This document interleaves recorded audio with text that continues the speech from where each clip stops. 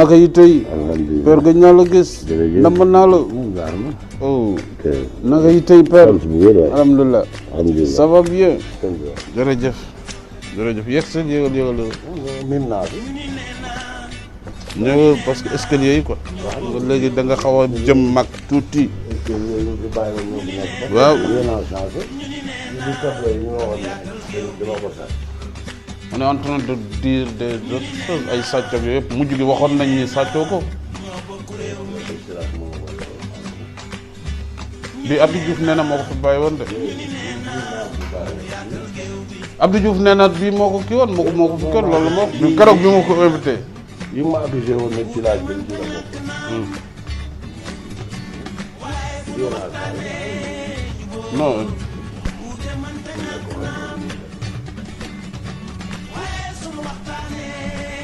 ñëwal lu ko.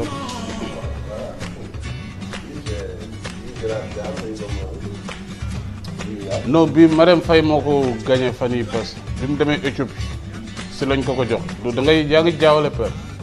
Marème Faye. bokk na ci tableau yi. déedéet bi mu demee Éthiopie lañ ko jox. quand même ñëwal nii ñëwal.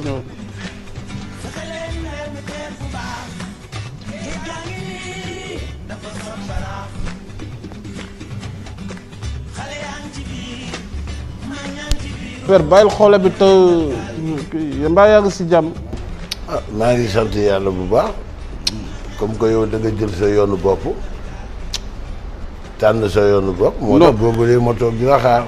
non bul ko gisee noonu c'est pas que dama jël suma yoonu bopp parce que yow xam nga lépp lu ma am si politique yàlla ginnaaw yàlla yow la loolu mooy lu am. mais da nga ko doxalul parce que gis naa ki nga ma weccee gis naa ki nga ma jëndee ki nga xam ne moom nga jël def ko sa baay def ko sa lépp sargal ko tuddee ko place yëpp gis naa ko yooyu pour jéem a merlo waaye mais père yaa ma njëkk a merlo parce que aussi tamit bul fàtte ni fii nga taxaw dem woo télé bi woo rajo yi wëlbatiku dem ba naan ay dëmmu et cetera di wax yoo xam ne wax yu doy war. loolu ci la mais yooyu li nga def nag man mi jël autoroute à péage bi ba ma ko ba jëm ñaajo nga jël centre Abdou Diouf tuddee ko centre te yow boo Abdou Diouf bu jotee ci jëm ñaajo yàlla mën a tax am na yoo xam ne nag yi jillaay sëñ Mountakha laa ci sóor mais bu doon loolu keroog dama la naroon mbas. mais man sa kanamu Sénégalais yëpp dama la naroon taal sa loxo du ma ko nangu. parce que li nga doxalee rafetul. mais loolu amul solo li nga xam ni mooy li ëpp solo mooy li nga xam ni sëñ Mountakha def na ko ba ñu juboo ba pare fi mu toll nii lépp dañ ko war a jël par ñu gas ko ñu suul ko teg ko si suuf. loolu mooy li ëpp solo loolu moom taxutul ñuy wax parce que man bu ma jëlee initiative pour ñëw chercher la. te yaa ko waroon def donc man mooy waree ne man jàmm laay dox. te jàmm jooju dama ko jël doxalee ko. lii boo ko njëkkee woon kon tey Sénégal li muy yéex la waxul leneen mais yow da nga ma jël utal sa bàyyi bopp sant la sa bopp Diouf Macky Diouf. teggi waat bi non sant lu ma suma bopp Diouf non Macky Sall la sant père li nga defal Abdou Diouf man la moo ko defal. waaw mais bëggoon naa la tuddee aéroport Blaise Diagne nga bañ. aéroport nga bañ non déet loolu si yow la. non il faut pas ngay indiwaat affaire démb aéroport bi moom sama aéroport la li gënoon rafet sax mooy boo ma invité wul nga invité 2 membres du parti démocratique sénégalais ñu teewe ko. mais yow laa ko bëggoon a tuddee nga ne bu ma ko kenn tuddee yow yaa wax loolu père. lu pare ni ñuy tuddee da ngay fàttaliku. yow li ngay tuddee ngénte gu parewul la parce que boobu aéroport bi paregul man je suis pas là pour polémiquer. père man daal waaw très bien man bëgguma vraiment ñu nekkaat di indiwaat coow parce que fàttali xuloo la. bu ñu fa nekk di fàttaliwaat lu nga xam ni moo jot a romb loolu day indiwaat beneen histoire. loolu nañ ko jël ñu teg ko si suuf. d'accord. waaw am benn problème na nga def nag. waaye sant yàlla rek. naka fële mbaa yaa ngi si jàmm. alhamdulilah yii moom xanaa ci plan kii nga ko jëlee parce que Viviane yii la waxoon ne da koy defaraat. non lii Marème ma ko xalaatu Marème la macha allah.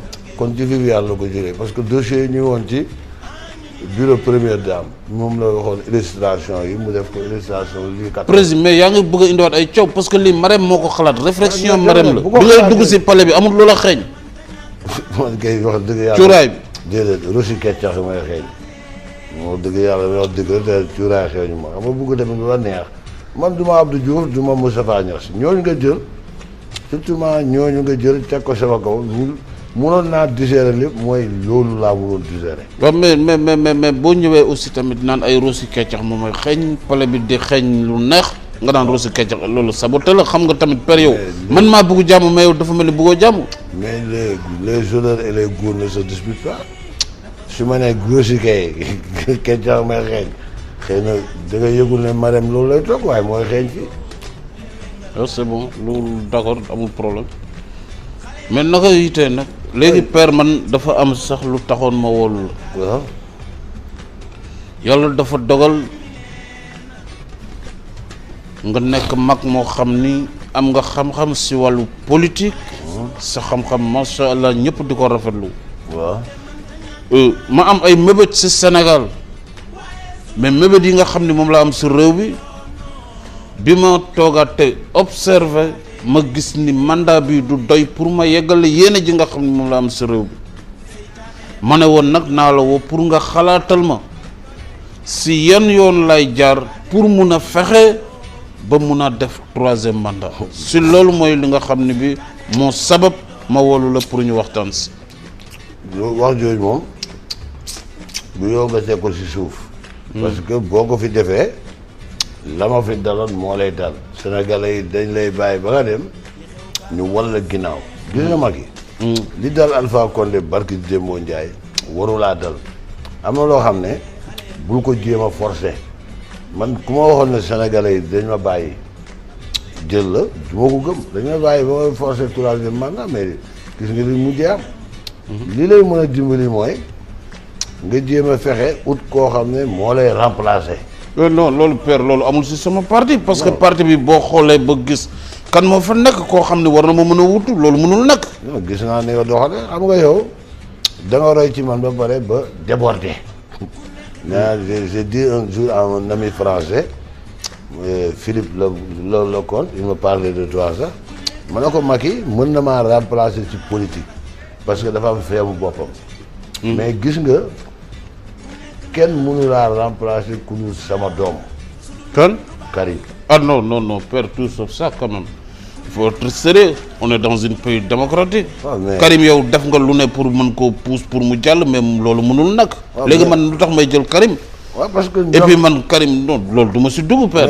loolu non loolu c'est bu yeboo nga jël ko teg ko si suuf te xam ni loolu bokkul sax si lu nga xam ne suma programme la. xam nga mag yi man wax naa wax waxet ñëpp ne góor gi wax na waxet man assumé. mais yow assumé woo bi nga waxee ne sa raq du nekk ci benn poste boo xam ne da nga koy gérer jëmale ci réew mi au début je vais dire ça mais problème mu Aliou Sall bi pétrole bi bul ko xeeb c'est un problème boo xam ne ki la ci mën a génne ëllëg nga bañ a dugg siin du kenn ku dul Karim Wade moom rek moo la ci mën a génne. nu ma si génne. nan la ma si mën a génne. mais Karim Wade mooy ki nga xam ne ci sama gis-gis coow pétrole bi phosphate bi yi am yëpp bu ñëwee mën na koo gëm a effacer ko su ko defee nga dund sa dund à l'extérieur ou bien à l'intérieur du pays sans kenn indi la benn attroupement mais boo fi bàyyee Sonko mii nga xam ne dafa nekk ci tànku Karim et aussi Idrissa Seck ba tey kenn déggu ko mu waxul te je sais que il y a des dossiers yu mu am ci loolu kenn rek nga mën a analyser seetal ko bàyyi ko mu nekkaat ci droit am pour mën a nekk candidat mu remplacer nga jàppale ko loolu rek la boo ko deful nag chambre 108 di nga fa tëdd de. waaw loolu moom dama la koy wax. père waxal mar de taali nga naan chambre 108. parce que sénégalais yu bëri xam nañ ne yaa ngi ut jéem a teg yoonu 3e mandat ndax say militants yi ñu bëri say technocrates yeeg ñu bëri ñu ngi koy xalaat yaa ngi nii di ma ko wax te ce parti gisuguma koo xam ne xëy na moo la mun a remplacer.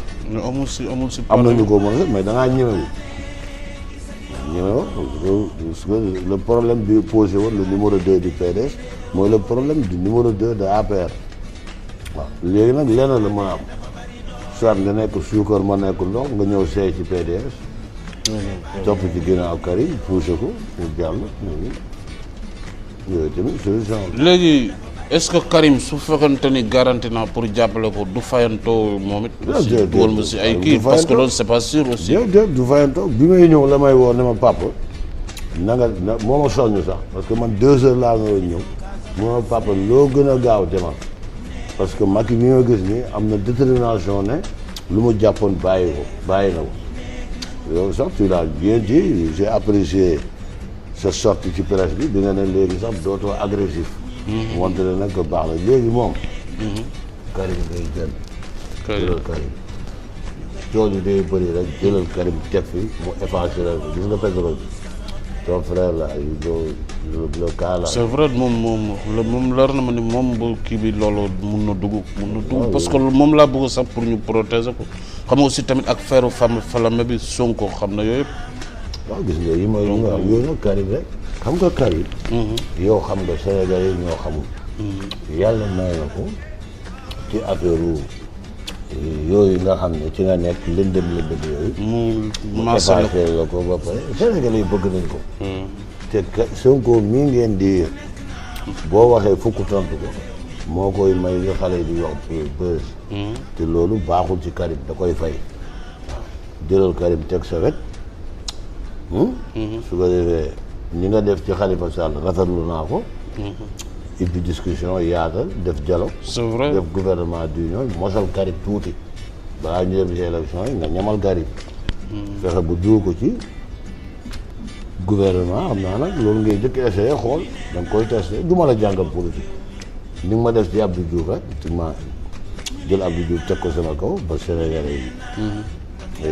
ba pare. mais maa ngi jégalu si loolu père vraiment maa ngi jégalu si loolu. yow yor nga jikko boo xam ne neexuma parce que benn damay xuloo di la sànni xeer dooma faal. su ma waxee ne. mais loolu dañ ma ko yaree père parce que dañ ma wax ne ma mag kenn waru ko tontu. loolu tax du ma la tontu waroon nga tontoon ak man parce que bu yàggee ñëpp dañ ne góor gi daal moom kii doom la mu ne fii di wax dem naa ba xat Afrique mënu ma woon dem fenn Alassane Ouattara woo na ma barki démb. rafetlu na ànd bi waaye Macky. lenn rek moo la yàq boo màttee soo mu dagg mais bii na situation bi moom bu daggee du seen ci yow lay jóge. d'accord léegi kon il faut ñu père li nga wax ni idée bu am solo la. amul idée xalaat la boo xam ne xalaat bu rafet la xalaatu mag la. parce que aussi wax nga dëgg parce que Sonko danger la pour la famille Sall. li nga wax noonu lu am solo la. donc loolu il faut que ñu càmbaraat ko ñu xool bu baax mais il faut dire ak Karim parce que bu ma ko maasalee ni génn Khalifa Sall rek li bu daal di koy amnistie day garaaw quoi sénégalais yi mun nañu wax léegi ban système laa mun a def pour jéem a naqasaale affaire bi. non da ngay fexe. loolu dafay laaj réflexion. waaw te réflexion boobu il faut me donner le temps de réfléchir xam nga maa lay wax ne. dans un premier temps ma dikkee. moo ma joxoon oto ak këram yëgoon nga sama coow ak moom. nangu na këram jël otom léegi si des fois sax taxi laay jël mais sénégalais dañ ma dul xam ne mooy il faut nga fexe ma am oto bu baax. te Woré Sarr oui. jël ko jëlal Woré Sarr yow xam nga loola manqué. jigéen boo xam ne day taxaw di kaas ñoo xam ne da lay jàppale. sa parti amul jàmbaar lu góor yi fi wax yëpp bu benn Sonko rek la ñuy toll bu Sonko waxee ñoom ñëpp génn Sonko déclaration dama leen di suivre ci télé yi mais dañ leen di bëgg rey ku mel ne Woré Sarr ku mel ne le maire de Yeumbeul Bara Gaye ay xale yoo xam ne ñoo ëpp xam-xam ay Moïse Diagne maanaam ñeneen il faut les prendre c'est des jeunes qui sont compétents ñamal leen ñu dugg après nga wane ne que dialogue bi indi na ouverture. Père wax nga wax bu am solo je pense que du ma def lu dul ma def li nga xam ne mu nga wax parce que aussi yaa ma dugaloon si politique bi jàppale ma ba ma émerger donc bu ma demee ba ay looxoor dugg si biir nga xam ne ëllëg si biir leneen mun na si am. defe naa sa idée bii daal moom mooy idée bii nga xam ne mooy. la jox nii nag Abdou Diouf mënu la ko jox. parce que moom nga jël bàyyi la sa bopp jël sa yoonu bopp. waaw mais père baal ma loolu nag yow nag affaire bi dafa la naqari mais baal ma. sëñ mu ndaxaa jubale nañu. waaw mais Abdou Diouf ci boppam.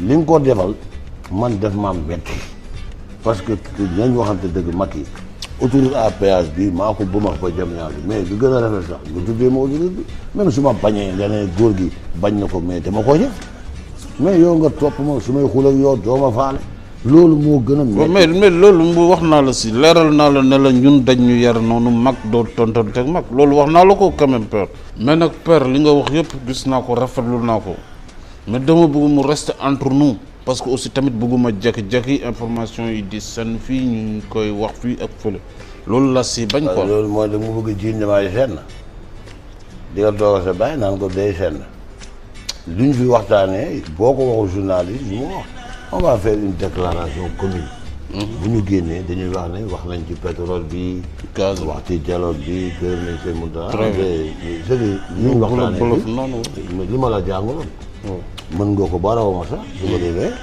yow da ngay def protocole après dans 2 semaines nga déclaré 1 semaine may nga ma watu ñu xam ne ne commencé nga bàyyi yenn yu bëri très bien yooyu yëpp nga def yow su ko defee dina am bunt mais Karim moom c'est le point focal bi nga xam ne moom mooy discussion bi est-ce que du ma ko def si décembre bi daal di koy jégal foofu fin d'année bi fin d'année bi ñu ne jégal nañ Karim Wade loolu day def buzz waaw loolu moom vraiment noo ci gën a gaawee rek mu gën a baax d'accord parce que li problème bi mooy opposition bi moom day tas parce que man maay leader opposition man mënu ñun bokkuñu waaye xam nga ne pesé nañu te sama ñàkk bokk boobu tamit yow xam nga ne dimbali na yow non père bi nga ñëwee ne dewuma élection bokku moom boobu laa ne père ngadd la foofu nga génn noonu vraiment dama si kontaan li nga wax léegi ne bu mu seetlu gis nga ay sennkat yu mag ñoo la topp dégg naa bi nga yëgee ne bokkum nit woo na ma sax ci guddi gi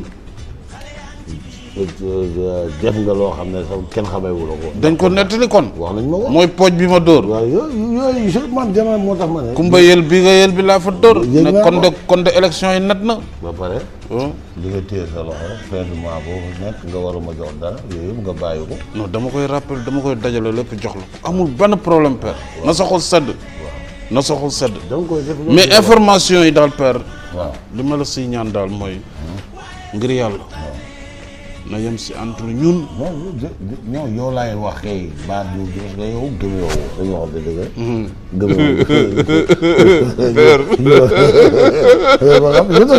yow yow laa la man dama duggoon si guuta bu rëy mais génn nga ma dama ci génn sa xalaat rafet na jërëjëf père waaw yooyu moo tax nga war ko magnifier donc war a defaraat defar bu rafet su ko defee Sénégalais xam politique diil la diil la rek da ngay jéem a teg stratégie boo xam ne Sénégalais yi ñi nga xam jërëjëf père vraiment li nga ma jàngaloon si politique yëpp yaa ngi nii encore une fois di ko defaat lii mënuma def loolu ma wane mbégte si yow vraiment fexe nga ba ma dugg si palais bi encore tamit dinaa si génn si jàmm Abdou Diouf moom li ma bëgg moom mooy nga bàyyi ko bàyyil Abdou Diouf wax naa lu ne la pare naa si moom bu ma nekkee woon quand même kuy dem màkk daje Kaaba gi nooy def waaw ñoom Moustapha Niasse ak ñooñu ñëpp il faut les montrer que ne amul benn problème léegi sa papa dellu si na Macky Wade la dootul Macky Niasse dootul Macky Diouf jërëjëf yooyu yëpp merci père jërëjëf kon da ngay ñëw dem ni am na lu nekk loo xam ne nag ñu la koy téye yéex nga trop yii wala nga teg leen jox enveloppe bu mag boo xam ne da nga koy jox père naa la ko envoyé suba waaw xaalis caisse noire baa ngi fii loolu diggal génn jox ma dara père yow nag li nga bëgg dafa yomb de fédération yëpp yéen nañu dama ñëw seet